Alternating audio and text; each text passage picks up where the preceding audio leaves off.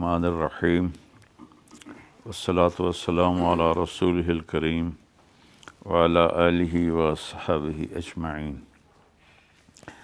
کل آپ کو میں بتا رہا تھا اللہ تعالیٰ کے نبی کی پیدائش کا موقع۔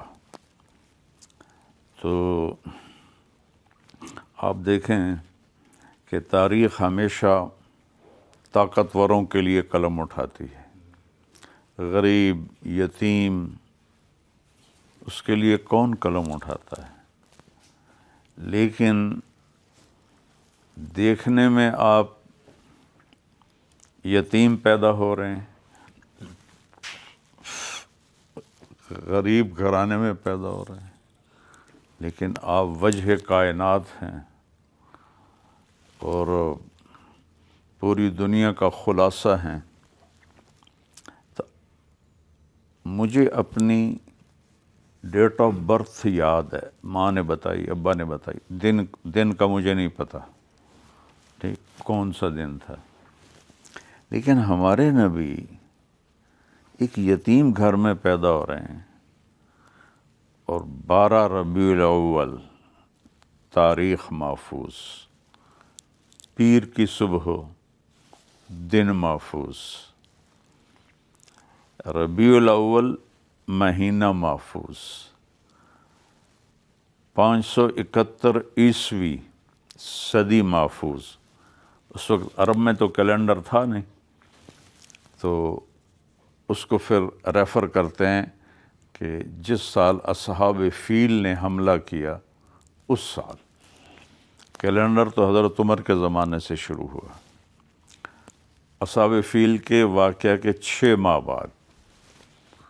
اور ایک کیلنڈر ہمارے انڈیا کا ہے جس کو بکرمی کیلنڈر کہتے ہیں، مہاراجہ بکرما جیت تھا جس نے ٹیکسلا میں بیٹھ کے آدھی دنیا پہ حکومت کی تھی، ٹیکسلا میں بیٹھ کے۔ حضرت عیسیٰ علیہ السلام سے کوئی وہ 100 سال پہلے آیا ہے۔ تو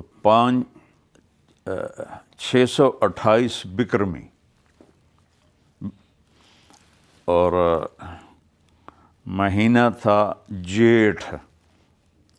پہلے تو ہمیں یاد ہوتے تھے، اب بھول آ گئے، ساون بھادوں جیٹھ ہاڑ، یہ جیٹھ کا مہینہ اور جیٹھ کی 1 تاریخ، 1 جیٹھ 628 بکرمی 571 عیسوی 22 اپریل، اور اصحاب فیل کے واقعے میں ربیع الاول کا مہینے میں۔ اور اس میں ایک تھوڑا ایڈٹ کرتا ہوں، اضافہ کرتا ہوں، چونکہ آپ پیدا ہوئے جب صبح الصادق نمودار ہو رہی تھی، تو میں نے مکے میں اس وقت ڈائریاں ہوتی تھی، جب 90s میں وہ ملتی تھی مفت، تو اس میں وہ ٹائم ٹیبل میں نے دیکھا 22 اپریل 4:20 پر تھی۔ تو پھر میں بیان میں اس کا بھی اضافہ کر دیتا ہوں کہ صبح کے 4:20۔ اب آپ ان 2 چیزوں پہ غور کریں۔ ربیع کہتے ہیں بہار کو، ٹھیک ہے، کہ یہ موسم بہار کی وجہ سے اس مہینے کا نام ربیع الاول رکھا۔ دنیا کی بہار موسم سے آ رہی تھی اور دلوں کی بہار آپ کی آمد سے آ رہی تھی۔ انسانیت کی بہار اور موسم کی بہار کو اللہ نے اکٹھا کیا۔ پھر صبح کی روشنی دنیا کو روشن کرنے کے لیے آ رہی تھی، اور آپ کی آمد کفر کے اندھیروں کو روشنیوں میں بدلنے کے لیے آپ کی آمد ہو رہی تھی۔ یعنی آپ دل کی دنیا پر طلوع ہو رہے تھے، اور ادھر سورج وہ کائنات پہ طلوع ہو رہا تھا۔ یہ اتفاق سے نہیں ہے، یہ سارا سسٹمیٹک اللہ کی طرف سے سلیکٹڈ ہے سارا کچھ۔ بے رمضان کے مبارک مہینے میں پیدا ہوئے، مہینے کی برکت نہیں لی اللہ نے دی، بلکہ مہینے کو برکت آپ کی تو پھیل دی۔ حج کے ذوالحج کے مبارک مہینے میں پیدا ہوئے، ایسا کوئی چکر نہیں ہے، بلکہ ربیع الاول کو برکت ملی آپ کی آمد سے۔ تو آپ کے گرد جو نام اللہ نے اکٹھے کیے، والدہ کا نام آمنہ، امن، جو لیڈی ہیلتھ وزیٹر تھی اس کا نام شفا، شفا صحت۔ ہمارے گاؤں کی شفا بنت عمر ہیں حضرت عبد الرحمن بن عوف کی والدہ، دونوں ماں بیٹا بعد میں ایمان لائے۔ اچھا، آپ کے والد کا نام ہے عبداللہ، جو بندگی کا معنی دیتا ہے۔ آپ کے خاندان کا نام ہے ہاشم، جو سخاوت کا معنی دیتا ہے۔ کل میں نے بتایا تھا کہ روٹی کھلانے والے کو ہاشم کہتے ہیں، ان کا نام تو عمر تھا ہاشم کا۔ اور دودھ پلانے والی کا نام حلیمہ، جو اخلاق ہیں، حلم۔ اور قبیلے کا نام سعد، خوش بخت۔ جب یہ آئی نا تو عبد المطلب نے ان کا انٹرویو لیا، کہا تیرا نام کیا ہے؟ کہا حلیمہ، کہا حلم آ گیا۔ کہا تیرا قبیلہ کون سا؟ کہا سعد، یعنی کہ خوش بختی آ گئی ان کو دی۔ تو آپ کی پیدائش نے جو 9 مہینے کا رکا ہوتا ہے مادہ ماں کے پیٹ کا، اس میں سے ایک ڈراپ نیچے نہیں گرا، ایک قطرہ۔ اور بچے کے جسم پر بہت کچھ لگا ہوتا ہے، دھلے ہوئے، اور جیسے جیسے آپ باہر آ رہے تھے کمرے میں خوشبو پھیل رہی تھی، روشنی پھیل رہی تھی۔ پھر اس نے ناف کو دیکھا تو وہ کٹی ہوئی، ختنہ دیکھا تو ماں کے پیٹ سے ہوا۔ ولدہ مختونا مقطوع السرہ، یہ عربی کے الفاظ ہیں کہ آپ ختنے کے ساتھ پیدا ہوئے اور ناف کٹی ہوئی پیدا ہوئی۔ تو وہ دیکھ رہی ہے کہ یہ کیا ہے، کمرہ روشن ہو گیا ہے، خوشبو پھیل گئی ہے۔ تو وہ چونکہ وہ تو کتنے بچے ان کے ہاتھوں پیدا ہوئے ہیں، تو وہ حیران ہو رہی ہے۔ اسی حیرت میں انہوں نے بچے کو کوئی کپڑا لپیٹا یا کیا کیا، ماں کے پہلو میں لٹایا۔ اب میکسیمم آدھا گھنٹہ لگا لو، تو آپ اس طرح پڑے تھے، ایک دم آپ نے کروٹ بدلی فل، اور ایسے سجدے میں چلے گئے، ایسے یعنی الٹے نہیں ہوئے، سجدے میں گئے اور لمبا سجدہ کیا۔ گویا یہ اعلان تھا کہ میرے اس دین میں سب سے بڑی بندگی نماز ہوگی۔ اور جب آپ جا رہے تھے تو اس وقت بھی آپ کے آخری الفاظ تھے، نماز نہ چھوڑنا، نماز نہ چھوڑنا، نماز نہ چھوڑنا۔ پہلے 2 چیزوں کو اکٹھا کیا، حقوق اللہ، نماز نہ چھوڑنا، حقوق العباد، نوکروں سے اچھا سلوک کرنا، یہ ان دونوں کو دہراتے رہے۔ پھر آواز جب زیادہ کمزور ہو گئی تو پھر نماز نماز نماز، اور پھر اللہم الرفیق الاعلی، یا اللہ اب اپنے پاس بلا لے۔ تو سجدہ کیا۔ اب یہ دونوں ڈر گئیں بیویاں، حضرت آمنہ والدہ بھی اور ادھائی بھی، یہ کیا ہو رہا ہے؟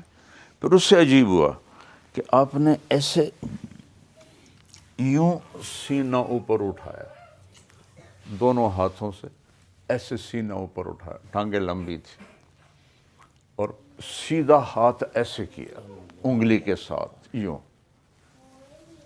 تو جب آپ نے ایسے کیا تو حضرت آمنہ کہتی ہیں ساری دنیا کے پردے ہٹ گئے میری نظروں سے، اور مجھے یمن کے محل اور روم کے محل، ایران کے محل نظر آنے لگے، حیرہ کے محل نظر آنے لگے، اور آسمان کے ستارے لگا کہ میرے اوپر گر رہے ہیں، اتنے قریب آ گئے۔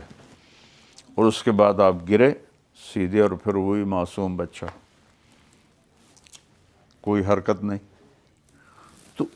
تو ماں نے اٹھا کے گود میں لے لیا کہ یہ کیا ہے، وہ سمجھ نہیں آ رہی، گود میں لیا تو ایک دم کمرے کی چھت پھٹی، اور یہ جو سردیوں میں ہوتی ہے دھند، فوگ جس کو کہتے ہیں، بادل کو کہتے ہیں سحاب اور فوگ کو کہتے ہیں غمام، تو وہ ایک دم فوگ اندر آئی۔ یہاں تو فوگ کا سوال ہی نہیں پیدا ہوتا ہے، گرم علاقہ ہے، جیسے گھر کی چھت پھٹی اور پورے کمرے میں دھند پھیل گئی، اور جہاں ماں کی گود تھی وہاں وہ اتنی گہری ہو گئی کہ آپ غائب ہو گئے، یعنی ماں دیکھ نہیں پا رہی، اتنی وہ گہری ہو گئی۔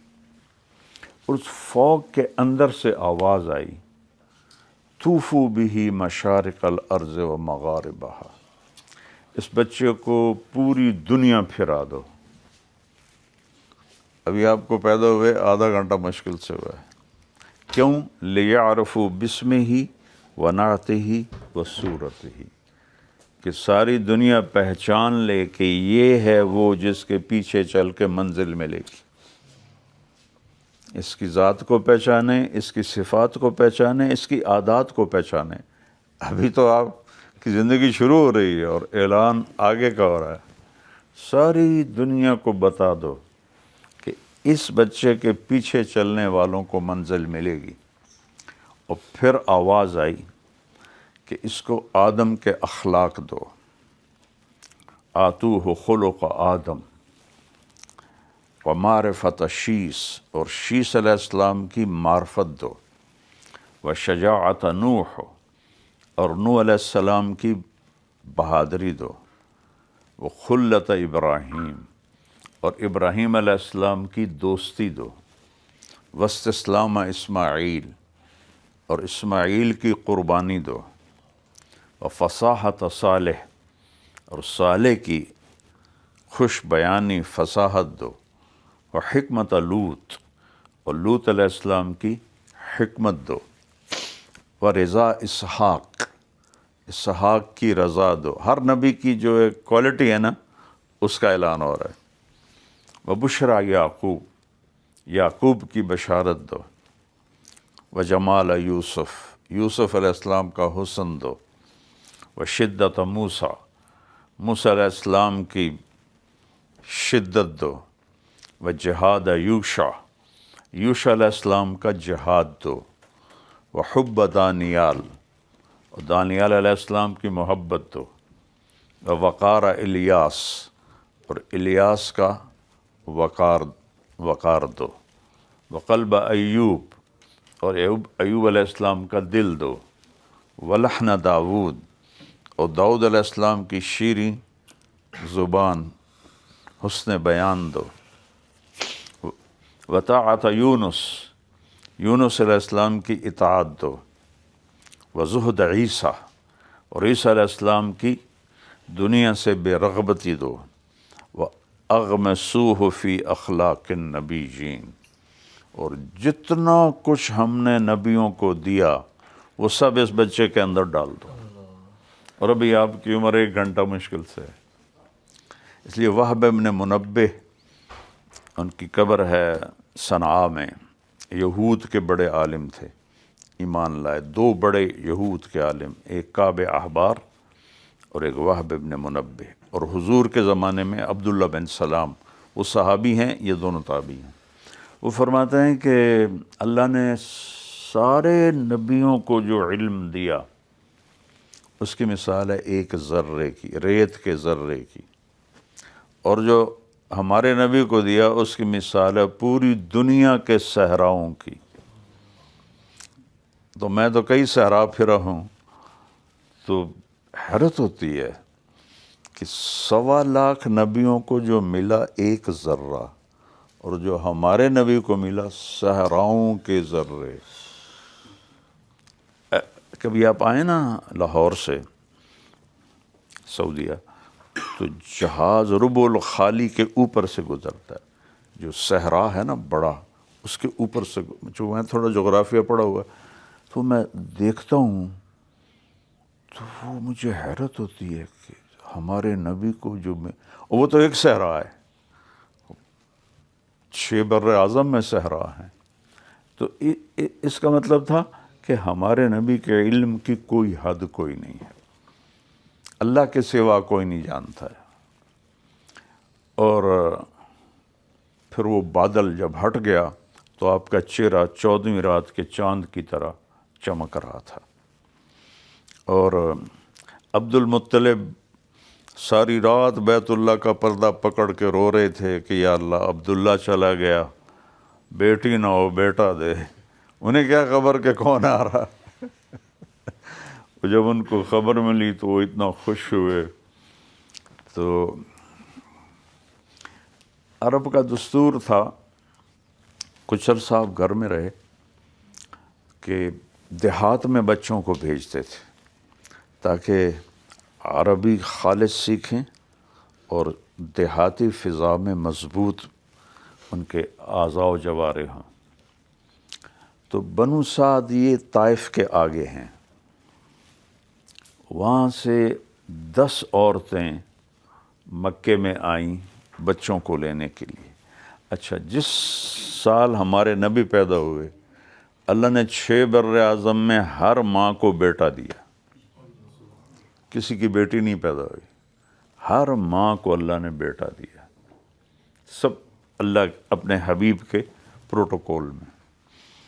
بیٹے کو ہر کوئی زیادہ پسند کرتا ہے، تو وہ جب حضرت جو حلیمہ تھیں ان کی اونٹنی بھی کمزور تھی اور ان کا گدھا بھی کمزور تھا، تو لہذا وہ پیچھے رہ گئیں۔ 9 عورتیں پہلے پہنچ گئیں، جو آئے آپ کے گھر تو پتہ چلا یتیم تو چھوڑ کے چلی جائے اور کوئی اور بچہ لے لے۔ تو اس دن مکے میں 10 بچے پیدا ہوئے تھے، اسی دن کی بات نہیں، یعنی وہ تھوڑا آگے چل کے۔ تو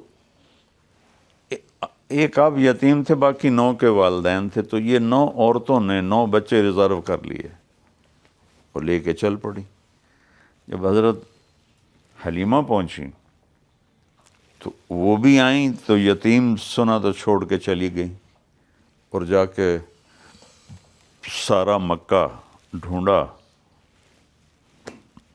کوئی بھی نہیں ملا، سارے بچے چلے گئے تھے۔ تو ان کے خامند کہنے لگے کہ یتیم بچہ لے لے، کوئی ثواب بھی ملے گا ہمیں۔ تو پھر وہ عبد المطلب کے پاس آئیں، تو انہوں نے وہ جو میں نے پہلے بتا دیا ان کا انٹرویو کیا۔ تو حضرت آمنہ نے فرمایا کہ یہ بڑی برکت والا بچہ ہے۔ تو اس کی ایک دفعہ حضرت عباس کہنے لگے یا رسول اللہ، مجھے آپ کے بچپن میں پتہ چل گیا تھا کہ آپ کوئی بڑی ہستی ہیں۔ آپ نے کہا وہ کیسے؟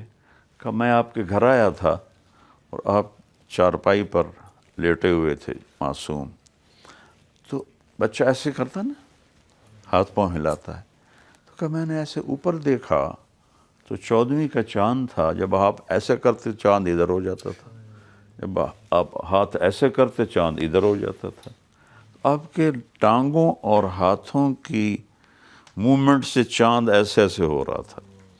تو آپ نے فرمایا کان القمر یناغینی و یحاکینی، چاند مجھے لوریاں دیتا تھا اور مجھے کہانیاں سناتا تھا، ویمنعنی من البکا، اور مجھے رونے سے روکے رکھتا تھا کہ میری ماں اپنے کام میں لگی رہے۔ مجھے تو اس وقت ہی پتہ چل گیا تھا۔ تو حضرت حلیمہ نے جو ہی گود میں لیا تو دونوں چھاتیاں دودھ سے بھر گئیں۔ قحط کا زمانہ تھا، تو ایک بیٹا جو تھا وہ پہلے سے تھا حضرت حلیمہ کا، دودھ بالکل خالی تھا، یا آپ کو گود میں لیا تو چھاتیاں بھر گئیں۔ تو اس نے الٹی طرف لگایا تو آپ نے ہونٹ بند کر لیا، پھر سیدھی طرف لگایا تو آپ نے پینا شروع کر دیا.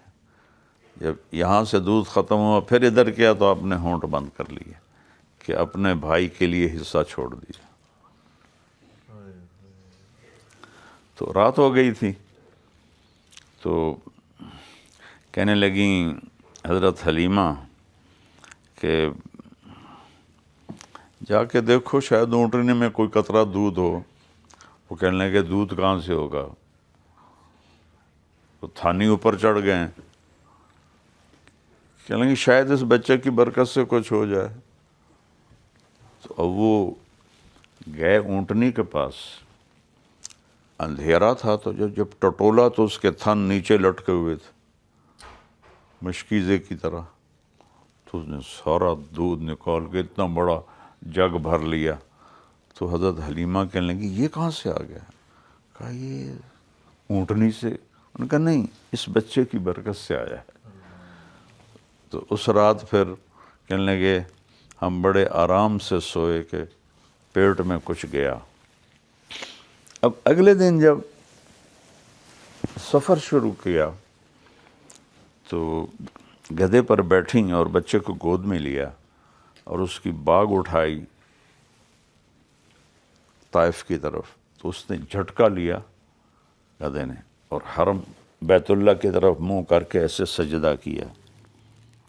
پھر سر اٹھایا، پھر دوسری دفعہ سجدہ کیا، پھر سر اٹھایا، پھر تیسری دفعہ سجدہ کیا. سجدہ شکر کہ گدھے کو بھی پتہ تھا کہ میرے اوپر کون ہے. نہ ماں کو پتہ ہے نہ دائی کو پتہ ہے، اس کو پتہ ہے کہ یہ میرے اوپر کون ہے. اور ان کے قافلے کی، ان کے قبیلے کی عورتیں 24 گھنٹے پہلے روانہ ہو چکی تھیں. ان کی اونٹنی اور گدھے کی اتنی رفتار تیز ہوئی کہ 24 گھنٹے کو کور کیا اور ان سے آگے نکل گئیں. جب وہ آگے نکلیں تو کہنے لگی حلیمہ سواری بدل لی؟ کہنے لگی سواری تو نہیں بدلی، سوار بدلا ہے. کہنے لگی تیرے آج، بعضے کہتے ہیں گدھی تھی، بعضے کہتے ہیں گدھا تھا، دونوں روایات ہیں. کہنے لگی حلیمہ تیری گدھی کی تو کوئی شان ہی نرالی ہو گئی ہے. کہ نہیں، اس کی شان نرالی نہیں، اس بچے کی شان نرالی ہے. تو اپنے قبیلے کی عورتوں سے کافی دیر پہلے وہ وہاں پہنچ گئیں. تو اب قحط کا زمانہ تھا.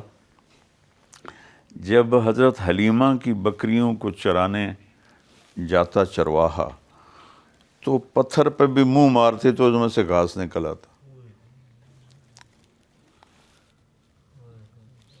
اور باقی جو چرواہے تھے ان کی بکریاں پتھر ڈھونڈتے پتھروں میں گھاس تھی نہیں. تو شام کو جب وہ آتی تو حضرت حلیمہ کی جو بکریاں تھیں ان کے ایسے وہ پسلیاں باہر نکلی ہوتی تھی. تو وہ جو باقی تھے بنو سعد کے لوگ وہ اپنے نوکروں کو ڈانٹتے کہ تم کہاں لے جاتے ہو بکریوں کو؟ کہا جی وہیں جہاں حلیمہ کی جاتی. کہ وہ تو ان کے تو پیٹ ایسے ہوتے ہیں، ہماری بکریاں ایسے ہوتی ہیں. کہ ان کے ساتھ کوئی اور ہی کام ہے، وہ منہ مارتے ہیں تو گھاس نکل آتی، ہماری بکری منہ مارتی ہے تو پتھر نکلتا ہے. تو آپ 4 سال کی عمر تک وہاں رہے. ایک دفعہ بکریاں چرانے اپنے والد کے ساتھ گئے ہوئے تھے تو یہودیوں کا گزر ہوا. وہ کھڑے ہو گئے، دیکھنے لگے، کہنے لگے یہ بچہ تمہارا کیا لگتا ہے؟ انہوں نے کہا میرا بیٹا ہے. کہنے لگے اگر تم کہتے نا کہ یتیم ہے تو ہم اس کو یہیں قتل کر دیتے، یہ آنے والے وقت کا نبی ہے. اتنا علم تھا اور ایمان نہیں لائے، کم وقت. حیرت کی بات. یہ میں نے پہلے بھی بتایا تھا کہ جو مدینے میں یہود آباد ہوئے، حضرت موسیٰ علیہ السلام جب حج سے واپس جا رہے تھے تو مدینہ سے گزرے تو 3 صحابہ نے، قریظہ، نظیر اور قینقاع، یہ آپس میں کہنے لگے یہ جگہ لگتی آخری نبی کی ہے، یہاں آئے گا۔ تو انہوں نے موسیٰ علیہ السلام سے اجازت مانگی ہم یہاں آباد ہو جائیں، ہماری نسلیں اس پہ ایمان لائیں گی۔ ان کا ہو جاؤ۔ تو یہ کھجوروں کی باغات اور اس کو آباد کرنے والے یہود تھے موسیٰ علیہ السلام کے زمانے میں، ہمارے نبی کی آمد سے کوئی 1200 سال پہلے۔ اور جب آپ تشریف لائے تو بنو قریظہ رہتے تھے قباء سے آگے، یہ ایسا ٹرائی اینگل تھا ایسے، یہاں رہتے تھے بنو قینقاع، بنو نذیر، یہاں رہتے تھے بنو قینقاع، اور یہاں رہتے تھے بنو قریظہ۔ تو بنو قریظہ کے سردار حی بن اخطب نے اپنے بھائی کو بھیجا کہ جاؤ پتہ کرو کیا یہ وہی ہے یا کوئی اور ہے۔ حضرت صفیہ بیٹی تھی حی بن اخطب کی، وہ کہتی میرے چچا مجھ سے اتنا پیار کرتے تھے، جب کبھی وہ گھر سے باہر جا کر واپس آتے تو سب سے پہلے مجھے اٹھاتے تھے، پیار کرتے تھے۔ تو اس دن شام کو جب وہ آئے تو میں نے دیکھا بڑے تھکے ہوئے، تو میں بھاگ کے چمٹنے لگی تو مجھے دھکا دے دیا۔ تو مجھے بڑی حیرت ہوئی کہ یہ میرے ساتھ کیا کیا ہے۔ تو میرا باپ پوچھتا ہے کیا دیکھا؟ تو میرا چچا کہتا ہوا وہی ہے۔ تو حضرت صفیہ کا والد کہتا ہوا کیا واقعی وہی ہے؟ اس کا بھائی کہتا واللہ ہوا، اللہ کی قسم وہی ہے۔ تو یہ پوچھتا ہے تو پھر ارادہ کیا ہے؟ کہا مرتے دم تک دشمنی کروں گا۔ اس طرح اللہ نے ان کی دلوں پہ مہریں لگا دیں کہ وہی ہے لیکن مرتے دم تک اس کی دشمنی کروں گا۔ تو جب آپ قباء سے چلے نا مدینہ، تو راستے میں وہ بنو سالم کا محلہ ہے، وہاں جمعہ کی نماز کا وقت پہلا جمعہ پڑھایا آپ نے۔ تو عبداللہ بن سلام بنو قینقاع میں سے تھے، بہت بڑے عالم تھے، وہ آئے آپ کا خطبہ سننے۔ چہرہ دیکھا تو کہنے لگے چہرہ تو وہی ہے۔ پھر نبی کی ایک پہچان ہوتی ہے کہ اس جیسا خوبصورت بولنے والا کوئی نہیں ہوتا، ان کا ایک ٹسٹ اب باقی رہ گیا ہے۔ تو آپ نے جمعے کے خطبے میں ایک جملہ بولا، افشوا السلام واطعموا الطعام وصلوا الارحام وصلوا باللیل والناس نیام تدخلوا الجنۃ بالسلام۔ تو اس نے کہا میں گواہی دیتا ہوں یہ حسن کلام نبی کی سوا اور کسی کا نہیں ہوتا۔ الفاظ کیا ہیں؟ سلام پھیلاؤ، اردو میں تو اس کی کوئی کشش نہیں، لیکن عربی میں جو ایسے دریا کو کوزے میں بند کیا ہے، سلام پھیلاؤ، کھانا کھلاؤ، رشتہ داروں سے اچھا سلوک کرو، جب لوگ سو رہے ہوں تو اللہ کی بارگاہ میں سجدہ کرو اور جنت میں آرام سے پہنچ جاؤ۔ اس پر وہ ایمان لائے۔ تو بعد میں اور کرنے کے یا رسول اللہ یہ یہود بڑے ہی واہیات لوگ ہیں، میں ان کو آپ بلائیں میرے بارے میں پوچھیں میں کیسا ہوں، میں چھپ جاتا ہوں۔ تو وہ ایک طرف پردے کی اوٹ میں بیٹھ گئے تو آپ نے بنو قینقاع کو بلایا کہ عبداللہ بن سلام کے بارے میں کیا کہتے ہو؟ کہتا خیرنا ابن خیرنا اور عالمنا، پوری اس کی پٹی پڑھ دی۔ آپ نے کہا اگر وہ ایمان میرے اوپر میرا کلمہ پڑھ لے، کہا حاشا للہ، یہ ہو ہی نہیں سکتا وہ تیرا کلمہ پڑھے۔ تو آپ نے کہا عبداللہ، وہ باہر آ کر کہنے لگے اشہد ان لا الہ الا اللہ و اشہد ان محمد رسول اللہ، کہنے لگے شرنا ابن شرنا، یہ سب سے بڑا شریر ہے، شریر کا بیٹا ہے، شریف کا پوتا ہے، انتہائی غلیظ انسان۔ تو 4 سال کی عمر میں یہودوں نے پہچانا ہے کہ یہ آنے والے وقت کا نبی ہے۔ اور پھر یہاں آپ کا پہلی دفعہ سینہ چاک کیا گیا. آپ بکریاں چرا رہے تھے تو ان کو چٹان پہ لٹایا جبریل نے اور سینہ کھولا.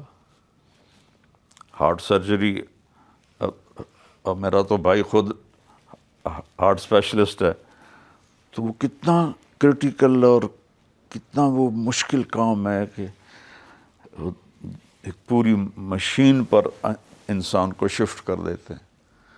لیکن دل تو وہی ہوتا ہے. اس نے یوں دل نکال لیا جبریل نے، اور آپ دیکھ رہے ہیں ایک خون کا قطرہ نہیں نکلا، اور اس کو صاف کیا، کھولا، چیرا، اس میں سے کالا ڈاٹ تھا خون کا، وہ باہر نکالا. پھر اس کو زمزم کے پانی سے دھویا اور پھر لگا دیا اور پھر ایسے کیا تو نشانی غائب ہو گئے. اوپر ہارٹ والوں کے پوری زندگی یعنی لمبی لکیر لگی ہوتی ہے. تو ان کے جو بھائی تھے نا وہ ڈر گئے، وہ بھاگے بھاگے گئے کہ میرے بھائی کو کسی نے قتل کر دیا. تو دونوں میاں بیوی آئے تو آپ سہمے ہوئے بیٹھے تھے. تو انہوں نے حضرت حلیمہ نے پوچھا بیٹا کیا ہوا؟ تو انہوں نے وہ سارا سنایا. پھر ان کا مشورہ ہوا کہ ان کو اب واپس کر دینا چاہیے، پتہ نہیں پھر اور کیا ہو جائے. تو دونوں میاں بیوی آئے اور آ کر واپس کیا. تو 2 سال آپ ماں کے ساتھ رہے. 6 سال کی عمر میں حضرت آمنہ اپنے خامند کی قبر پہ نہیں گئی تھیں ان کی وفات کے بعد. تو انہوں نے عبد المطلب سے اجازت چاہی کہ میں اپنے خامند کی قبر پہ جانا چاہتی ہوں. تو حضرت عبد المطلب نے اجازت دے دی. تو 3 افراد، ایک حضرت آمنہ، ایک حضرت ام ایمن، یہ آپ کے والد عبداللہ کی باندی تھی، نوکرانی تھی، حبشی تھی، اور ایک آپ کی ذات مبارک مدینہ پہنچے اور 1 مہینہ وہاں گزارا. مجھے ویسے ہی اپنا وہ ایک ادبی ذوق ہے نا، تو مجھے خیال آتا ہے کہ جب پہلی دفعہ ماں آپ کو باپ کی قبر پہ لے کر گئی ہوگی تو ماں بیٹے میں کیا گفتگو ہوئی ہوگی. یہ کسی کتاب والے نے تو اس کو نقل نہیں کیا، تیسرا کوئی وہاں تھا ہی نہیں، لیکن آپ نے کیا پوچھا ہوگا کہ یہ کون ہے، یہ میرا کیا لگتا ہے، اور ماں نے کس طرح بتایا ہوگا. یہ ایک دھندلا سا تصور میرے اندر آتا ہے تو بہت دل کٹتا ہے اس وقت. تو وہاں آپ نے فرمایا کہ میں نے تیرنا سیکھا. وادی عقیق ہے جو کہ اس وقت مدینے کا ڈیفنس تھا وہ، تو وہاں بارشوں کا پانی اکٹھا ہو جاتا تھا تو وہ ایک جھیل بن جاتی تھی، اس سے پھر زراعت ہوتی تھی. تو جو مدینے کے مالدار لوگ تھے وہ وادی عقیق میں گھر بناتے تھے. اس میں آپ نے جھیل میں آپ نے تیرنا سیکھا. پھر 1 مہینے کے بعد یہ قافلہ جب واپس چلا تو جب ابوا پہنچا، ابوا سے آگے کوئی 2.5 دن کا سفر تھا یا 3 دن کا سفر تھا. تو میں گیا ہوں حضرت آمنہ کی قبر پر گیا ہوں. تو وہاں ایک دم حضرت آمنہ کی طبیعت خراب ہوئی. تو چونکہ میں ہارٹ اٹیک سے گزرا ہوں تو جو کتاب میں نے پڑھا ہے اس سے میرا اندازہ ہے کہ ہارٹ اٹیک ہوا ہوگا، چونکہ ویسے بار بار کروٹ بدل رہی تھیں، ایسے ہو رہی تھیں، ایسے ہو رہی تھیں، اور بولا نہیں جا رہا تھا. اور میں حیران ہوں، جس کے لیے کائنات بنائی اس کی ماں کو جنگل میں اٹھا لیا، صرف 6 سال کی عمر. اگر یہ 4 دن بعد جاتی تو نکلتی تو مدینے میں موت آ جاتی، 4 دن پہلے چلتی تو مکے میں موت آ جاتی. دونوں جگہ سنبھالنے والے ہوتے. عین خوفناک جنگل. میں تو گیا تھا 2000 میں، آج سے 25 سال پہلے. تو میں نے ایک رہبر کے ذریعے ہم اندر گئے تھے. میں نے ایسے چاروں طرف دیکھا تو کالے پہاڑ، ایک سبزے کا پتا بھی نہیں تھا. تو 1400 سال پیچھے وہاں کیا ہوگا. تو اب بلاتے تھے اور وہ بول نہیں سکتی تھیں. پھر آخری ان کے الفاظ تھے بیٹا کل جدید بال وکل حی میت ولقد ولدت طہرا. بیٹا ہر نئی چیز پرانی ہوتی ہے اور ہر آنے والے نے مرنا ہوتا ہے، اور میں ایسا بچہ چھوڑ کے جا رہی ہوں جو عالم کو پاک کر دے گا. اور اینڈ آف دا نیوز. تو آپ کے لیے پہلی موت تھی، کوئی موت نہیں دیکھی تھی، دیکھی بھی ماں کی، وہ بھی جنگل، خوفناک جنگل. تو بلائیں تو کوئی آواز ہی کوئی نہیں ہے. اب ان کو پتہ ہی نہیں کہ میری ماں بول کیوں نہیں رہی، موت تو دیکھی نہیں ہے.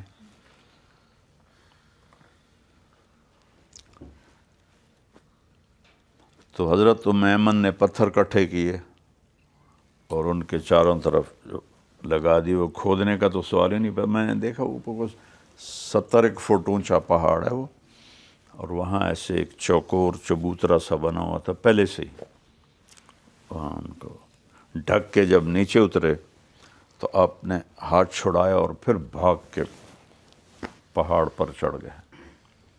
تو ام ایمن جب پیچھے پہنچی تو آپ ماں کی قبر سے ایسے لپٹے ہوئے تھے پتھروں کے اوپر. تو جب وہ قریب پہنچی تو وہ کہہ رہے تھے ماں جی آپ مجھے اکیلا چھوڑ کے چلی گئی، آپ کے بعد اب میرا کون ہے، میں کس کے سہارے زندہ رہوں گا. تو ام ایمن نے اٹھایا بیٹا چلو، تو ہاتھ جھٹک دیا نہیں میں اپنی ماں کے پاس رہوں گا، میں اپنی ماں کے پاس رہوں گا. وہ کھینچ کے نیچے لائیں تو مکے تک روتے ہوئے سارا سفر آپ نے طے کیا. تو باپ ماں کے پیٹ میں 2 ماہ کے تھے اور ماں کو 6 سال میں اٹھا لیا. یتیمی کی زندگی. اور دادا نے پھر کفالت کی تو 2 سال بعد ان کو بھی اٹھا لیا. 8 سال کی عمر میں دادا بھی فوت ہو گئے. تو آپ کا بولنا بند ہو گیا تھا، آپ کسی سے بات نہیں کرتے تھے، چپ کر کے بیٹھے رہتے تھے. اور کھاتے بھی کچھ نہیں تھے، زمزم کا پانی پی کے بس. پھر حضرت ابو طالب نے جب آپ کی کفالت کی تو وہ ان کے گھر میں غربت تھی. تو پھر 8 سال کی عمر میں بکریاں چرانے کی نوکری کی، اور ہیں قاب قوسین او ادنا. اور آپ کے پاؤں میں جوتا نہیں ہوتا تھا، جوتے کے بھی پیسے نہیں تھے. سر ڈھانپنے کے لیے گرمی کی شدت، نہ پگڑی نہ رومال، ننگے سر ننگے پاؤں یہ غار ثور کے پاس جا کے بکریاں چراتے تھے. پھر شام کو واپس آتے تھے تو 2 ٹکے ان کو اس کی مزدوری ملتی تھی. وہ آ کے اپنی چاچی کو دیتے تھے حضرت فاطمہ بنت اسد. اور شروع سے ہی آپ کے ساتھ معجزات تھے. جب آپ کھانے میں شریک ہوتے تھے تو سارے کزنز کو کھانا پورا ہو جاتا تھا. اگر آپ کہیں آگے پیچھے ہوتے تھے تو کھانا کم پڑ جاتا تھا. اولاد زیادہ تھی، کھانا تھوڑا ہوتا تھا. تو حضرت فاطمہ بنت اسد کو تو اللہ نے ایمان دیا، بقیع میں ان کی قبر ہے. تو وہ کہتے جب تک میرا بھتیجا محمد نہیں آئے گا میں کسی کو روٹی نہیں کھلاؤں گا. آپ ہاتھ ڈالتے تھے تو سب کو پورا ہو جاتا تھا، بلکہ بچ جاتا تھا. تو آپ کی عمر جب 10 سال کی ہوئی، 12 سال کی، تو حضرت ابو طالب کا سفر ہوا تجارتی شام کا. تو آپ نے ضد کی کہ میں بھی جاؤں گا. کہنے بیٹے بڑا لمبا سفر ہے، مشقت کا سفر ہے، تم برداشت نہیں کر سکو گے. تو وہ رونے لگے میرا پیچھے ہے کون، پھر میں اکیلا یہاں کیا کروں گا. تو پھر ابو طالب کا دل نرم ہوا تو انہوں نے کہا چلو میرے ساتھ چلو. تو اردن میں ایک جگہ تھی زرقا، گئے ہو نا، اس کے پاس سے یہ قافلہ گزر رہا تھا تو وہاں ایک راہب رہتا تھا، پادری، اس کا گرجا تھا۔ اس نے جب دیکھا نا قافلے کو اور آپ پہ نظر پڑی تو وہ وہاں ایک بڑا درخت تھا، اس میں وہ سستانے کے لیے بیٹھے تھے، تو اس نے کہا تم آج رات میرے مہمان ہو، ادھر ہی ٹھہرو، صبح تمہارا کھانا کروں گا۔ تو وہ قافلے والے کہنے لگے پہلے تو کبھی ہمیں پوچھتا ہی نہیں تھا، تو آج یہ ضیافت اور سخاوت کیوں ہے؟ کہا وہ میں بعد میں بتاؤں گا۔ تو اگلے دن اس نے دوپہر کا کھانا تیار کیا اور آیا اور دیکھا سارے بیٹھے ہوئے ہیں، آپ نظر نہیں آئے۔ پوچھنے کا سارے ہو؟ سارے آ گئے ہو؟ کہاں نہیں کوئی کم ہے؟ تو انہوں نے کہا ہاں ایک بچہ ہے اونٹ چرانے گیا۔ اور کہا اسی کی وجہ سے تو تمہیں کھلا رہا ہوں، تمہیں کہاں پوچھنا تھا میں نے، اس کو بلاؤ۔ تو انہوں نے حضرت ابو طالب نے ایک آدمی بھیجا، تو جب آپ تشریف لا رہے تھے تو وہ بحیرہ آپ کو دیکھ رہا تھا، ایک بادل نے آپ کے اوپر سایہ کیا ہوا تھا اور ساتھ آ رہا تھا۔ جب آپ پہنچے وہاں درخت کے پاس تو ساری جو سایہ تھا وہ لوگوں نے گھیر لیا تھا، تو آپ دھوپ میں بیٹھ گئے۔ جو ہی آپ دھوپ میں بیٹھے تو چند شاخوں نے آگے بڑھ کے آپ کے اوپر سایہ کر دیا۔ تو بحیرہ آیا اور آپ کو کھڑا کیا، کہنے لگا حضرت ابو طالب سے یہ تمہارا کیا لگتا؟ کہنے لگا میرا بیٹا ہے۔ کہا جھوٹ بول رہے ہو، میرا علم کہتا ہے اس کا باپ مرا ہوا ہے۔ تو حضرت ابو طالب نے فرمایا ہاں تم صحیح کہتے ہو، یہ میرا بھتیجا ہے۔ یہ سگے بھائی تھے، عبداللہ اور ابو طالب سگے بھائی تھے، لیکن یہ مجھے اپنے بیٹوں سے زیادہ عزیز ہے۔ تو اس نے آپ کی آنکھوں میں دیکھا تو سرخ دھاریاں تھیں،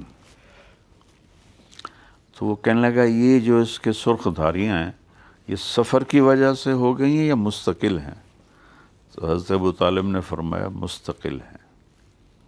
پھر اس نے آپ کی کمر سے کرتا اٹھایا تو وہ مہر نبوت نظر آئی اس کندھے کے ساتھ۔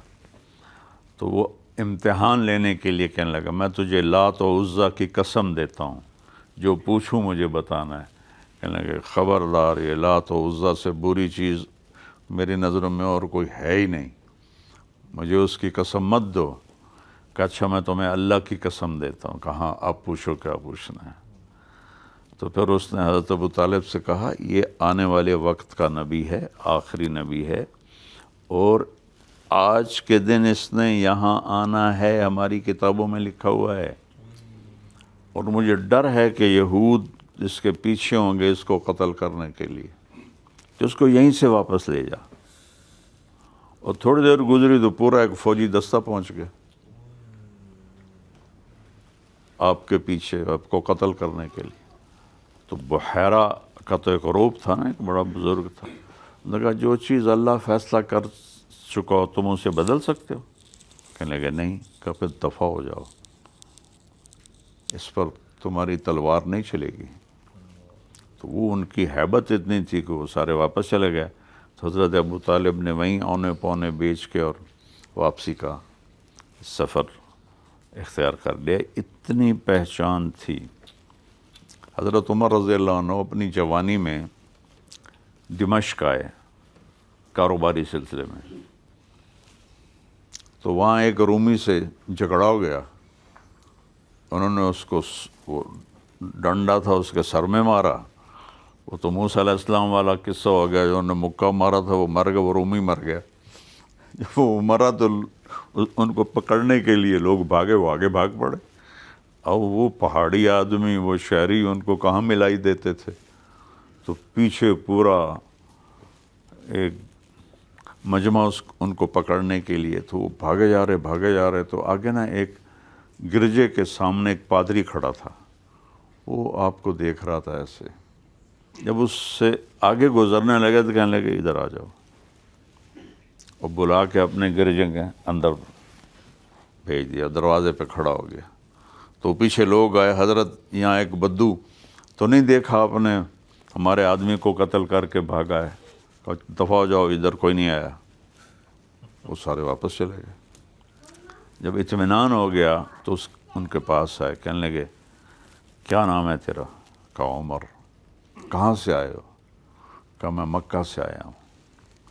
کہا تمہارے وہاں کسی نے نبوت کا دعویٰ کیا ہے؟ کہنے لگے نہیں۔ کہنے لگا ان قریب ایک شخص نبوت کا دعویٰ کرے گا اور تیرے مقدر میں اس کا ساتھی ہونا لکھا ہوا ہے، اور ان قریب تو میرا یہ ملک فتح کرے گا، تو مجھے یہاں نا تم لکھ کے دے دو کہ تیری فوجیں جب آئیں تو میرے اور میرے گرد جو گوش نہ کہیں۔ کہنے کہ حضرت میری غربت کا مذاق تو نہ اڑا، میں مفرور مجرم اور مجھے تم بادشاہی سنا رہے ہو، مہربانی کرو اتنا مذاق نہ کرو میرے ساتھ۔ کہنے لگے تیرے کو جاتا ہے اگر میں تمہیں لکھنا آتا تھا حضرت عمر کا؟ نہیں کہا تو لکھ کے دے دے۔ حضرت عمر نے لکھ کے دے دیا، اور پھر 15 ہجری میں شام صحابہ کی فوجیں شام میں داخل ہو رہی تھی، تو حضرت عمر نے ان کو خاص طور پہ ہدایت کی، او گر جائے ایک پادری زندہ ہو تو اس کو پروٹوکول دینا ہے۔ تو وہ زندہ تھا، ایمان نصیب نہیں ہوا۔ تو جب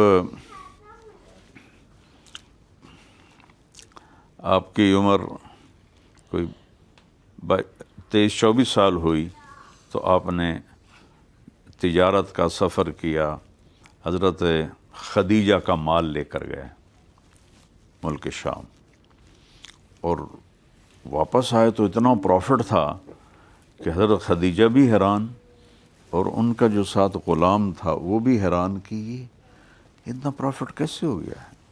تو اس نے کہا یہ بہت سچا آدمی ہے، بہت دیانتدار آدمی ہے۔ تو اس نے ایک پائی ادھر ادھر نہیں کی، پہلے تیرے نوکر ادھر ادھر کر دیتے تھے، پھر دوسرا سفر کیا، اس میں بھی اتنی ہی زیادہ پروفٹ ہوا۔ تو پھر حضرت خدیجہ بیوہ تھیں، پہلے ورقہ بن نوفل سے منگنی ہوئی، وہ ٹوٹ گئی، وہ ان کے کزن تھے جو عیسائی ہو گئے تھے۔ پھر اس کے بعد ابو حالہ سے شادی ہوئی، اس سے ایک بیٹا ہوا اور ابو حالہ فوت ہو گئے۔ پھر اس کے بعد ابن عابد سے شادی ہوئی، اس سے بھی اولاد ہوئی، مجھے یاد نہیں بیٹی کے بیٹا، وہ بھی فوت ہو گیا۔ تو 2 دفعہ بیوہ ہو چکی تھی۔ ان کے اندر خیال آیا کہ میں ان سے شادی کروں، تو انہوں نے اپنی باندی کو بھیجا کہ جا کے محمد کو تیار کرو صلی اللہ علیہ وسلم۔ وہ آئیں اور کہنے لگی محمد تجھے ایک خوشخبری سناؤں۔ کہنے کیا؟ کہا تو خدیجہ سے شادی کرے گا؟ کہنے لگا میں؟ وہ میرے پاس تو گھر بھی اپنا نہیں ہے، وہ اتنی مکے کی سب سے مالدار عورت ہے، میرے ساتھ کیسے شادی کرے گی؟ کہا تو ہاں کر تو میں بات چلاتی ہوں۔ کہنے لگا مجھے اور کیا چاہیے اگر مجھے یہ رشتہ ملتا ہے تو حضرت خدیجہ کے والد فوت ہو چکے تھے، چچا زندہ تھے، تو انہوں نے اپنے چچا کو شراب پلائی ٹکا کے،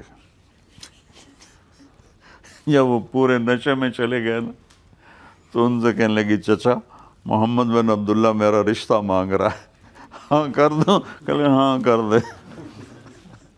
اس نے جلدی سے انہوں نے پگڑی پہ رنگ لگا دیا۔ جب صبح ہوئی تو کہنے لگی یہ رنگ کیا ہے؟ کہا آپ نے رات میرا رشتہ طے کر لیا۔ کہا توبہ توبہ، کب؟ کس سے؟ کہا محمد بن عبداللہ سے۔ کہا اس فقیر سے تیرا رشتہ کروں گا؟ کہا چچا سارے مکے میں خبر پھیل گئی ہے، اب آپ سردار آدمی ہیں، یہ دیکھو یہ رنگ بھی لگا ہوا، اگر آپ نے انکار کیا تو آپ کی شان میں کمی آ جائے گی۔ تو اس طرح حضرت خدیجہ رضی اللہ تعالیٰ عنہ نے منایا اپنے چچا کو۔ تو پھر اس کے بعد حضرت ابو طالب تشریف لائے اپنے بنو ہاشم کے ساتھ، اور حضرت خدیجہ کے گھر میں نکاح ہوا، اور پھر آپ نے اپنی باندیوں کو حکم دیا کہ رقص کرو، تو انہوں نے رقص کیا، اس نکاح کی خوشی کا۔ تو اس کے بعد جب آپ اٹھنے لگے تو حضرت خدیجہ نے کہا کہاں جا رہے ہو؟ کب ہو گیا نکاح؟ کہا نہیں بیٹھو۔ نوکروں سے کہا 2 اونٹ لاؤ، 2 اونٹ ذبح کیے، کہا کہ یہ سارا اس نکاح کی خوشی میں مکے والوں میں تقسیم کر دو۔ تو اس طرح حضرت خدیجہ رضی اللہ عنہ وہ خوش قسمت خاتون ہیں جو آپ کی پہلی بیوی بنی، اور آپ نے ان کو اتنا پروٹوکول دیا کہ جب تک وہ زندہ رہیں دوسری شادی نہیں کیا۔ ان کی 40 سال عمر اور آپ کی 25 سال عمر، اور آپ کے لیے تو سارے مکے کی کنواری لڑکیاں حاضر تھیں۔ اللہ نے ایسا حسن و جمال دیا تھا، خاندانی شرافت سب سے زیادہ تھی۔ آپ نے فرمایا اللہ نے ساری کائنات میں آدم کی نسل کو چنا، پھر آدم کی چھانٹی کر کے اس میں سے عرب کو چنا، پھر عرب کی چھانٹی کر کے اس میں سے مضر کو چنا، پھر مضر کی چھانٹی کر کے اس میں سے قریش کو چنا، پھر قریش کی چھانٹی کر کے اس میں سے ہاشم کو چنا، پھر ہاشم کی چھانٹی کر کے اللہ نے میرا انتخاب کیا۔ میں تم میں سب سے عالی خاندان ہوں، سب سے عالی نسب ہوں، انا خیرکم ابا و نفسا۔ تو یہ ایسی شرافت تھی جو کسی کو بھی حاصل نہیں تھی۔ لیکن آپ نے 25 برس حضرت خدیجہ کے ساتھ گزار دی۔ حضرت عائشہ فرماتی ہیں کہ مجھے اپنی سوکنوں کے اوپر کبھی غیرت نہیں آئی، مجھے خدیجہ پہ غیرت آتی تھی جو مر گئی تھی۔ اور میں کہتی آپ کو ایک جوان بیوی مل گئی، آپ ایک بڑھیا کے پیچھے اتنا یاد کرتے ہیں۔ تو وہ فرماتے عائشہ خدیجہ کے بارے میں ایسا بول مت بول، اس نے جو میرا ساتھ دیا وہ کسی نے نہیں دیا، مجھے اللہ نے ساری اولاد اسی سے عطا فرمائی۔ کوئی حضرت خدیجہ کی سہیلی آتی تو آپ اس کا اتنا اکرام کرتے تھے۔ تو حضرت عائشہ فرماتی ہے کہ مجھے ان پہ غیرت آتی تھی۔ اور یہ واحد خاتون ہیں نبیوں کے بعد جن کو سب سے پہلے اللہ کا سلام آیا۔ جب حضرت خدیجہ نے ساری دولت لٹا دی تو جبریل آئے کہ یا رسول اللہ تعالیٰ خدیجہ کو سلام پیش کر۔ سب سے پہلے اس کے بعد پھر مدینے میں ابو بکر کو سلام آیا، لیکن سب سے پہلے نبیوں کو چھوڑ کر اللہ نے حضرت خدیجہ کو اسپیشل سلام بھیجا اور کہا کہ بشارت دو جنت میں بے جوڑ موتی کے محل کی۔ تو کہا خدیجہ یہ جبریل اللہ کی طرف سے سلام پیش کر رہے ہیں۔ تو انہوں نے کہا میری طرف سے جبریل کو بھی سلام ہو اور میں اللہ کی شکر گزار ہوں۔ تو آپ نے 25 برس حضرت خدیجہ کے ساتھ نبھائے، اور اگر آپ کو عورتوں کا شوق ہوتا تو 25 سال کا جوان 40 سال کی عورت سے کیوں شادی کرتا؟ اور پھر 25 سال نبھائے۔ جو بات کی شادی ہیں سب وہی کی ہیں۔ آپ نے فرمایا کہ مجھے عورتوں کی کوئی رغبت نہیں ہے، میں نے جہاں شادی کی، جہاں بیٹی کی شادی کی، پہلے اللہ نے آسمان سے حکم بھیجا پھر میں نے شادی کی۔ ساری حکم کی شادیاں تھیں شریعت سمجھانے کے لیے۔